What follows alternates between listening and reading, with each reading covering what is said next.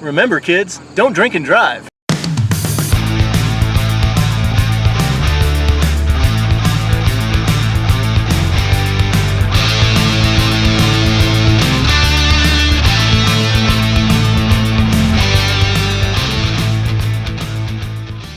Aloha, and welcome to today's edition of Pegasus Test. On today's edition, we're covering the final stage of the 2021 two-gun Luau. This is Higgins Grand Cherokee. Unfortunately, it's the last stage. It's been a great run. We had 5 stages of shotgun, and this is how the last one went. Now, on Higgins Grand Cherokee, what you had to do, I'll put up the stage description here, but you started out in the driver's seat, and you retrieved your shotgun from the go signal, and out the back of the vehicle, you had 3 poppers you had to engage, but each one of these poppers would throw a clay up. You had to engage that too, so you had a total of 6 shots. Out the side door, you have 5 steel target squares, roughly about yay big. And these were a whole lot tougher than it looks, because some of them just frickin' wouldn't go down. And after that, you abandoned your shotgun into a ditch barrel, dashed up to the shooting position box 2, and then you engaged a plethora, an entire array of targets covering a 180-degree arc. I mean, there was a crap ton of targets. By the way, that's an official metric measurement. You had some right up close, point-blank range, others that had hostage targets in their way, some had hardcover painted on them. You just had to go all through, and then finally you dashed up to the end of the shooting box, and there's 5 steel plates you got to knock down. And you're still not done, because you got to dash over to a 3rd shooting position, and behind the barrels are 2 turtle targets that you really have to be on point blank shooting over the barrel to get. It's a lot of stuff. This stage was super fun. Let's check out how it went. Stand by!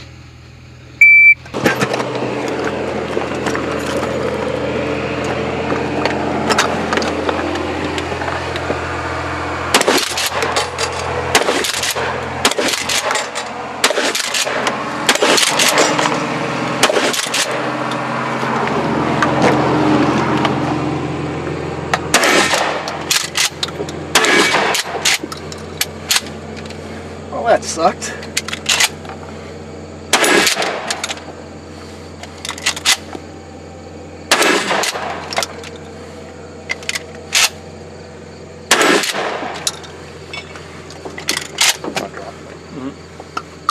I'd say. Steel sucked up. Yeah.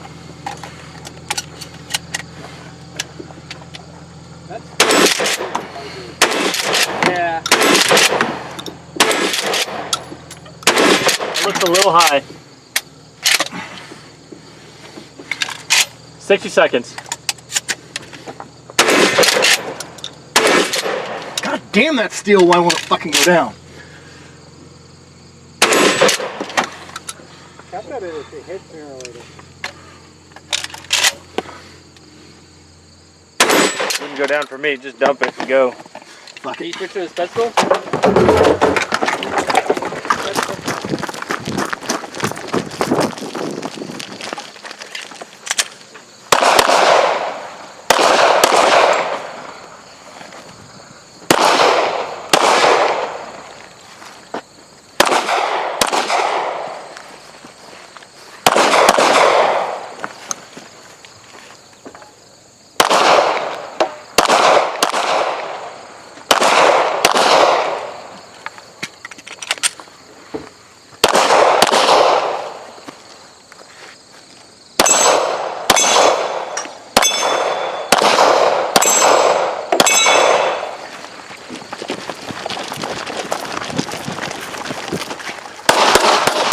Alright, if you're finished, unload so clear.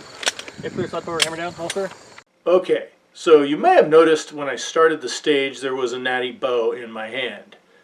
We're not promoting drinking and driving, but this stage did happen in Maryland, and Balmer, that's a normal thing, and so I was just being accurate.